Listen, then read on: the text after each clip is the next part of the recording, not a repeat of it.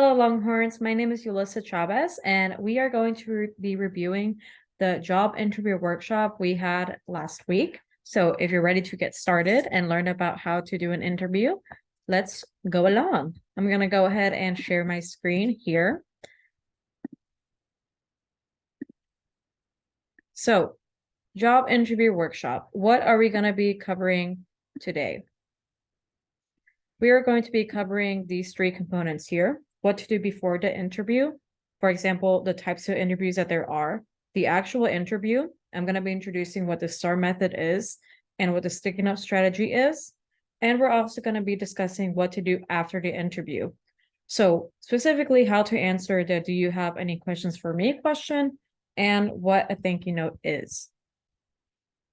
So let's get started by talking about before the interview. Before the interview, it is advised to do your research. And this was information provided by Texas Career Engagement Center here at UT Austin. I strongly recommend visiting their website because they have a wealth of information. Some highlights here that I took from them were the following. You want to research the employer and the employer's mission. Basically, what do they stand for? What is the job title of the employer or interviewer? What are the goals? You also want to review your work experience.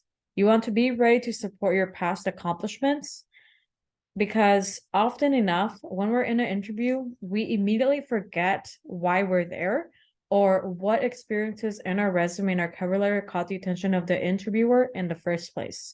So you want to be sure that you review what you've said beforehand because remember, your resume and your cover letter is what got you the interview. Your interview is going to get you the job.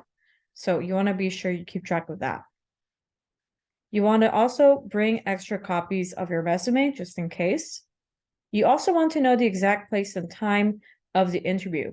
You want to look up where to park, the estimated travel time and traffic. For example, if you're someone who takes the bus or maybe you have your own car, the interviewer's full name, and the correct pronunciation of the interviewer's title and name. I strongly recommend to look for any videos or content on Google for this information. You also want to arrive early, meaning you want to give yourself at least 10 to 15 minutes prior to the meeting time. Again, this gives you time to focus and collect yourself, especially if you've had a busy day. I know as students, we usually have classes between interviews or maybe our job. So you want to give yourself time to collect yourself and focus. You also want to dress for success. And what that means is that you want to consider the climate of the organization where you're interviewing and then dress at that level or slightly better. You want to avoid clothing that is distracting. So you don't want transparent or busy patterns. To aid your decision, try to determine whether the organization you are interviewing at prefers business professional or business casual dress. So to do this, I recommend, again, going to the website of the potential employer that you're looking into working, maybe reviewing their social media accounts like on Instagram, Facebook. Another tip that was provided is that it is better to be overdressed than underdressed. For UT Austin students out there, there is a resource for you should you not have a closet of professional clothing called UT Outpost Career Closet. So the UT Outpost Career Closet is available for walk-ins. And basically what you do is you gently use masculine and feminine professional clothing like ties, jewelry, shoes, purses, accessory, scrubs. And students can select, try on, and shop for any combination of items to meet their needs. Staff are available to help look for specific items and sizes. And again, you can walk in. Most college centers here at UT offer a variation of the career closet. But if you're having trouble finding anything or the exact location of these places, you can actually go to the website here to search that information. So for example, if you're in a college of liberal arts, it would be located in the Patton Hall around these hours. And if you're looking for a specific fit, perhaps you're plus size or petite, you can ask us in a center, specifically Michelle, for help. Unfortunately, plus size and petite options are a bit limited in the career closet, so I want to bring that up front, but career closet is available for UT students. And again, it should be at no cost, and it is essentially renting professional clothes. So let's discuss what the difference is between business professional and business casual. Business professional tends to be more conservative, so think as much covered up. Suits or suits separate with a color coordinated skirt or slacks with dress shoes and heels are usually expected. You have subdued colors such as navy blue, black, or gray. Ties can be similar in color to the suit or even contrasting if they complement the suit. So again, business professional, think covered as much as possible. Business casual indicates that dress options can be a little more varied. So suits aren't necessary, but slacks, conservative skirts, and dresses, collared shirts, polos, and blouses with dress shoes, heels, or flats are appropriate. You should avoid jeans and t-shirts. For business casual, ties are not necessary. So for example, here in this photo, is this business professional or business casual? Most students would say business professional. Why? Because we have a suit and a tie. And that makes sense. Yes, this would be considered business professional. And I apologize for all the office references in advance. I love this show. What about this one? Is this business professional or business casual? So students had a bit of trouble distinguishing, but this would be business casual because this is layered. This person could take on and off the jacket if they wanted, and there is a relaxed neckline on the shirt blouse here. So again, this would be considered business casual. What about here? I love Leonardo DiCaprio, and this would actually be considered business casual. And this is because they are wearing a collared shirt and what looks like a sweater jacket. And usually if a person is wearing a sweater jacket, that automatically makes it business casual. All right, and last but not least, this last image here, is this business professional or business casual?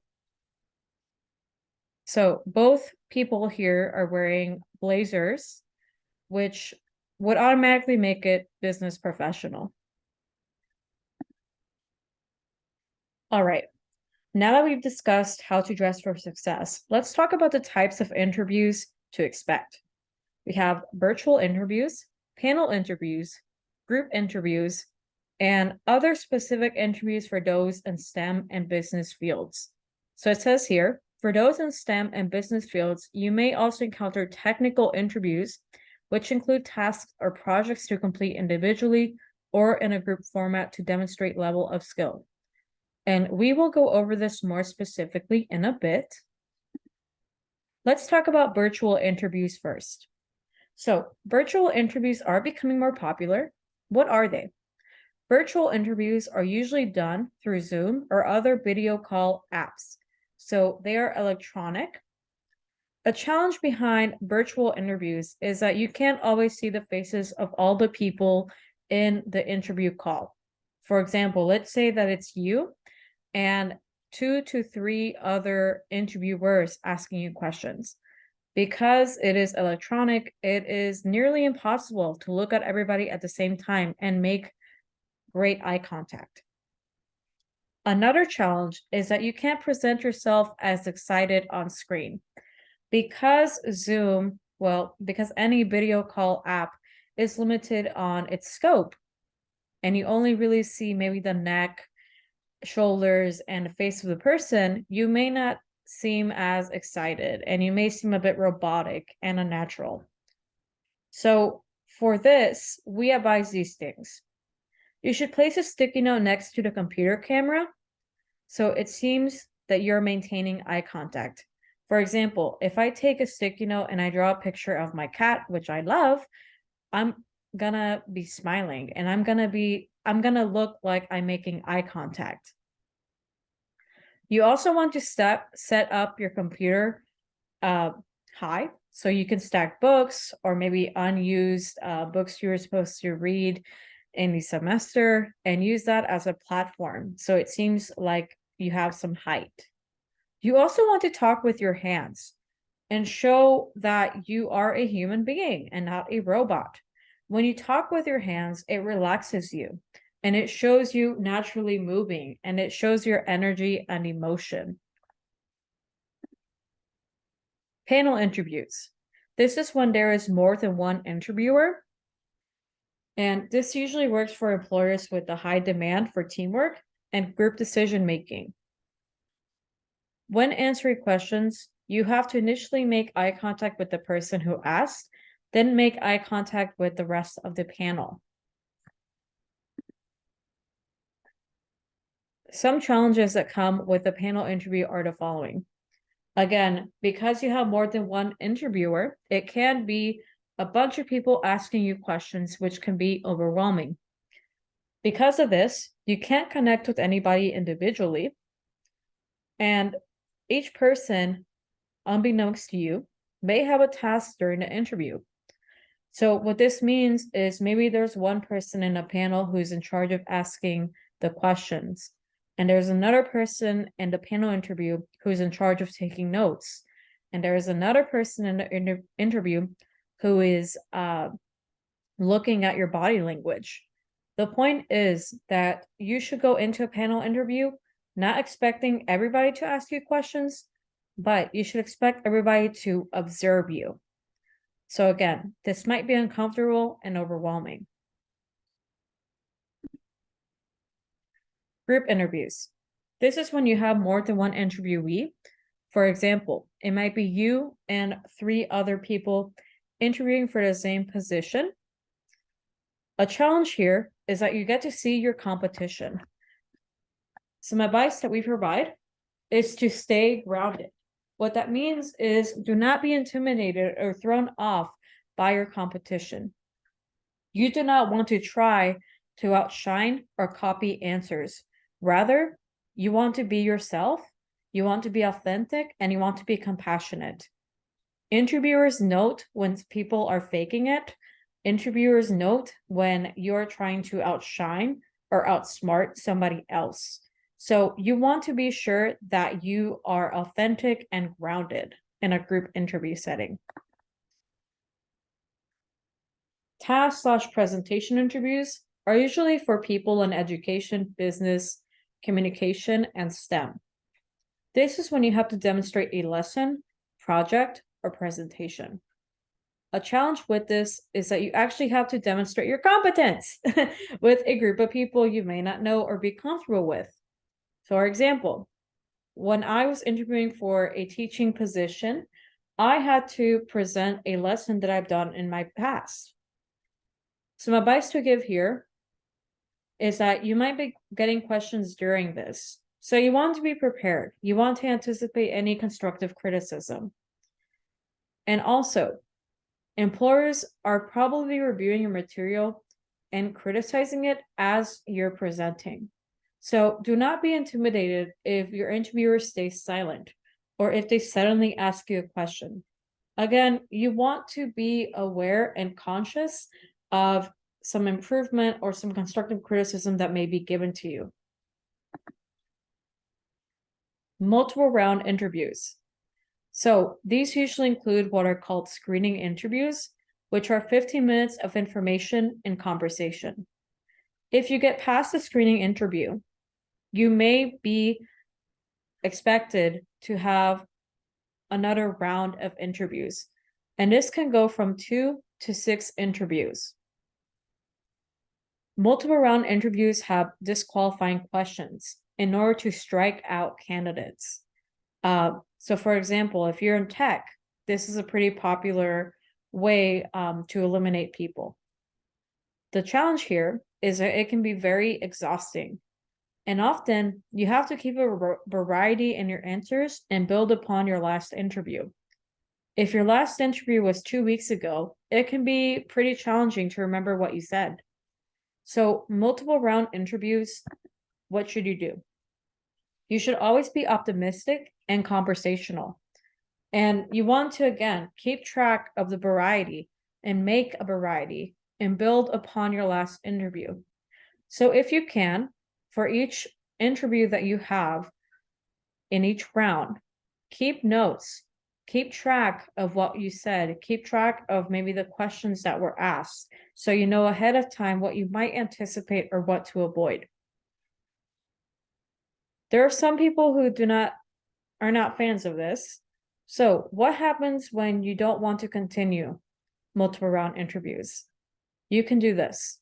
You can respond to the invitation or your potential employer by saying, "Thank you so much for this opportunity. However, at this time, I will be declining this interview.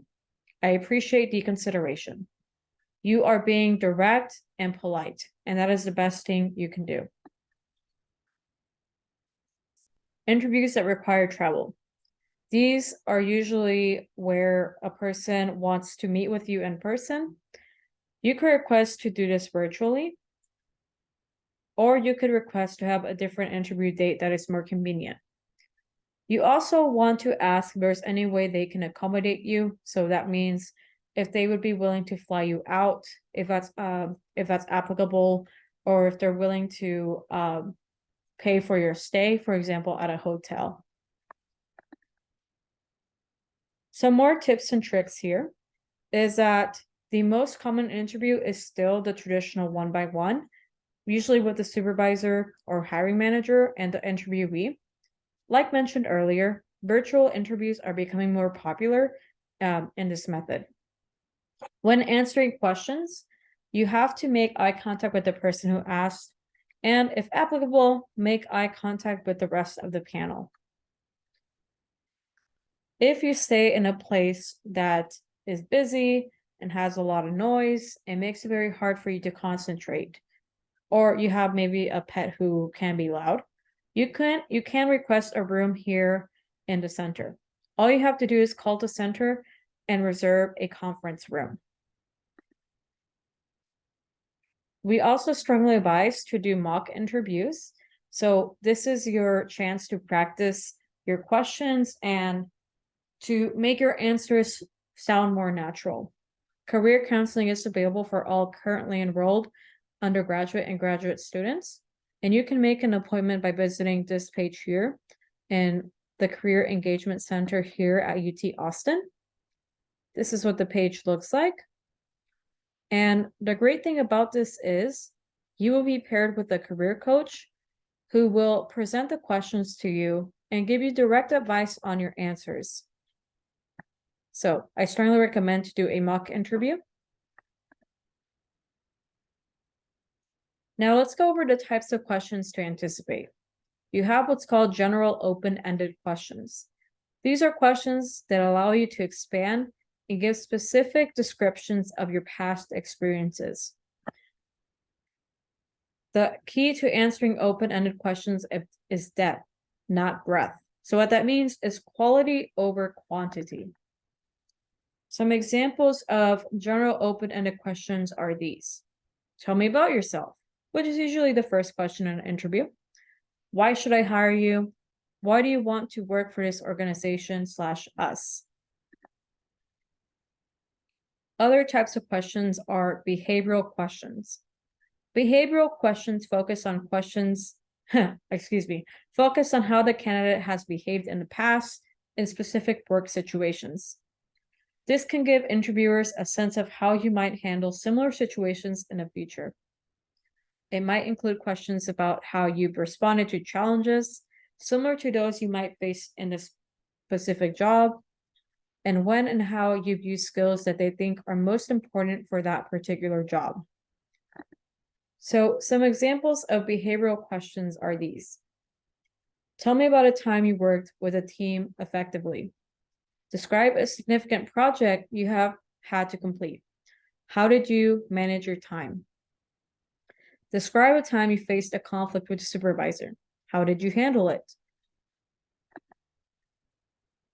Case questions. These are questions, excuse me, these are questions where the candidates are asked to analyze a real business, management, technical, or data science problem and provide a solution based on the information given. So think back to your math class and going on a test and being asked if Jimmy had 10 apples and gave them away and did this and that, what would be left? Something like that. Many consulting and technology firms use the case interview as part of their interview process. The interviewer is looking for the candidate's ability to analyze, present information, and perform under pressure. Another example in a medical field are these specific case ethical questions. So for example, I had a lot of friends who were interviewing for medical school, and they would be asked questions along the lines of, if a child wanted a procedure done, but the parent refused it, how would you approach the child? So case questions, again, are meant to see how you analyze and see how you perform under pressure. The majority of cases don't have to be a specific right answer. Instead, the interviewer is evaluating skills such as communication, analytical and reasoning skills, and the ability to organize and present information, the understanding of relevant principles, creativity, and the ability to solve problems under pressure. Some tips and tricks here. You want to speak in your everyday language. It backfires when you're trying to sound more impressive and you're trying to use big words you don't usually use. Again, don't try to be somebody else because this often is a negative impact in your part. And it's really bad in an interview when you're stumbling and searching for words. You want to think before you respond to a question. This will help you calm your nerves and focus your response and avoid rambling. To prevent any awkward pauses, simply let the interviewer know that you are thinking about it. Always be honest. Never lie about or embellish your experience or qualifications. Now let's go on to the interview. Let's talk about the STAR method. And what exactly is that? So, what is STAR? STAR is a strategy to craft an answer to a question. It is an acronym. S for situation, T for task, A for action, and R for results. So S, situation. You set up the situation for the interviewer. You include enough details to paint a picture, but keep it succinct. So for example, let's say I was asked, tell me about a time you demonstrated leadership. Here's my example. My communications capstone course required a large group project, and I was selected to be the leader of our team. Okay, I have described what was going on, and I kept it succinct to explain to my interviewer where I was. Task. This is when you describe what was to be completed or what the outcome needed to be. So again, back to our example, tell me about a time you demonstrate leadership. I would say this is my task. We had to develop a full marketing plan for a local business. All right, A, actions. You want to describe the actions you took to resolve the situation. So back to my example. I coordinated group meetings and stayed in constant communication with members, the local business, and our professor. I monitored the progress of each member on a variety of tasks, from creating ads to designing a website. I edited the design and text contributions from the team into a final portfolio and developed the presentation we made to the class and business. Last but not least are results. Describe what results came about from your actions.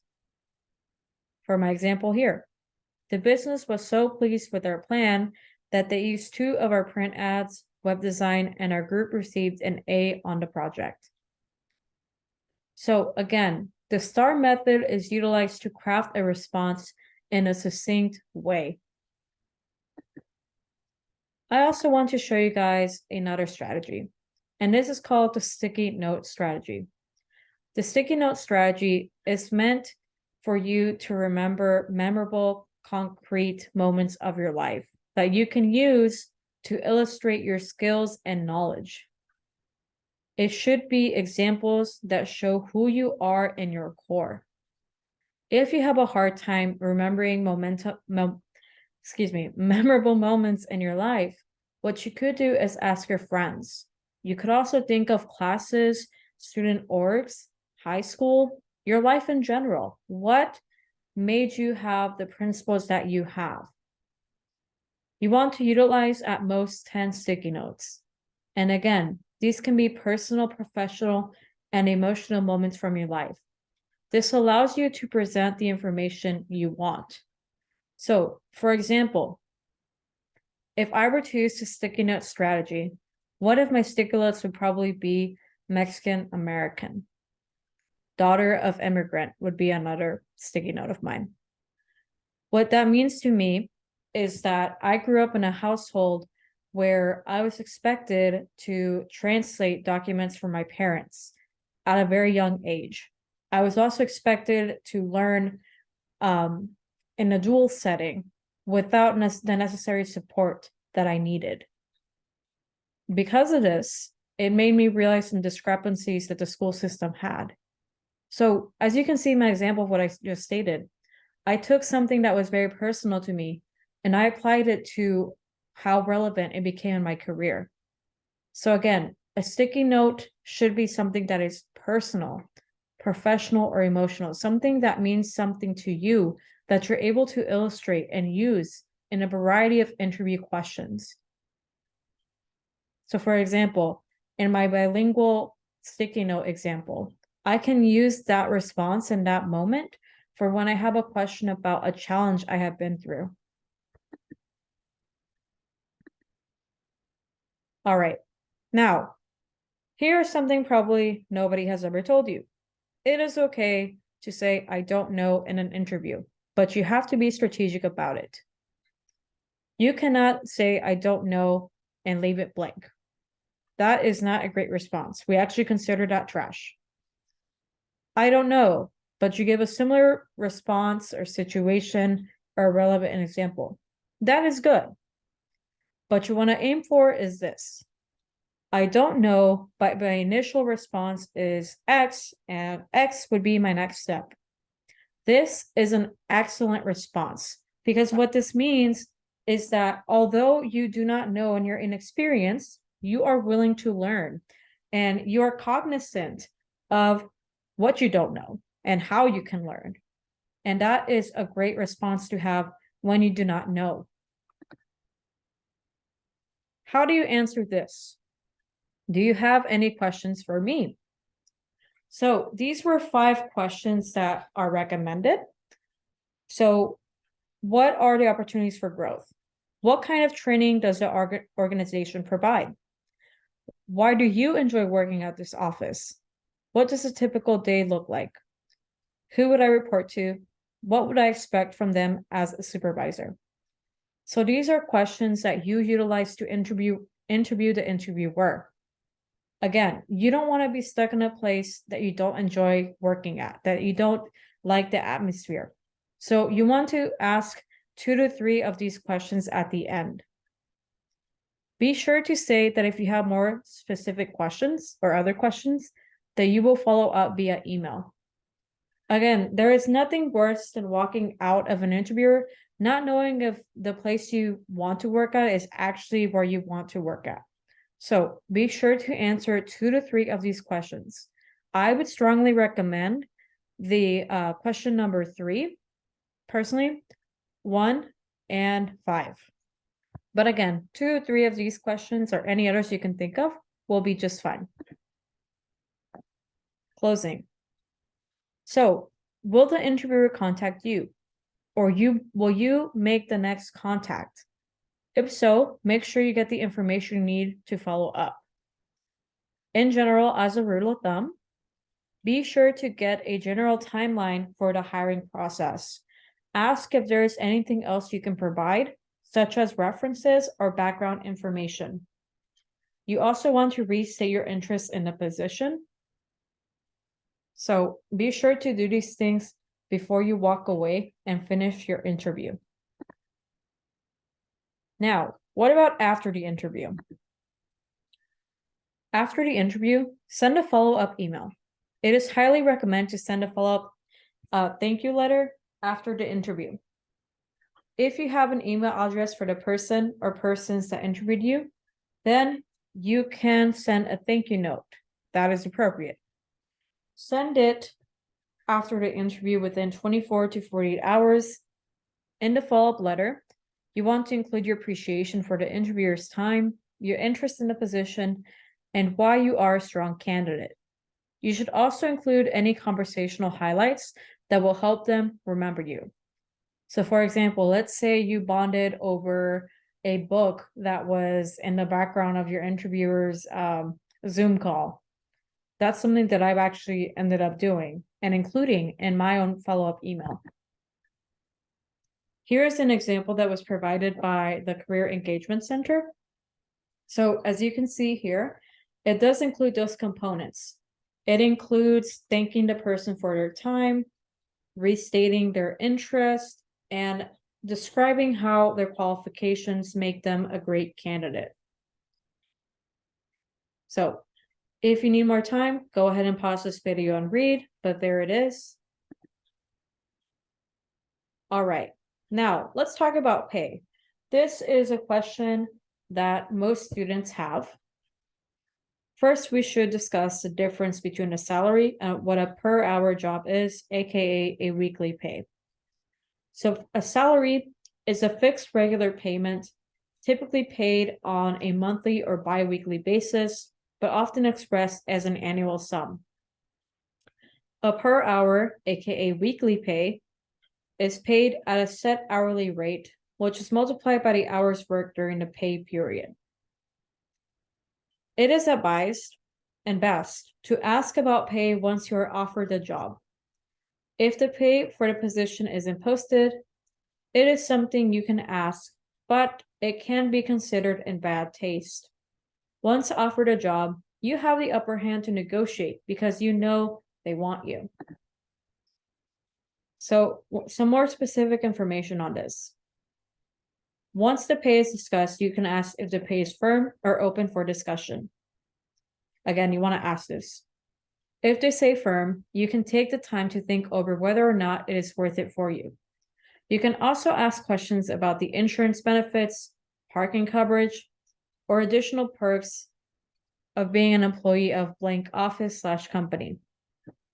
The more your skills exceed the required descriptions of a job description, the higher you can attempt to negotiate your pay. Generally, it is helpful to know that industry average pay for a position of a title is before going into an interview, so that you know how far off or above average a position is. And you can usually look up this information via Google or LinkedIn. A great place to find this information is speaking to someone in their college's career services department or Google. Yeah.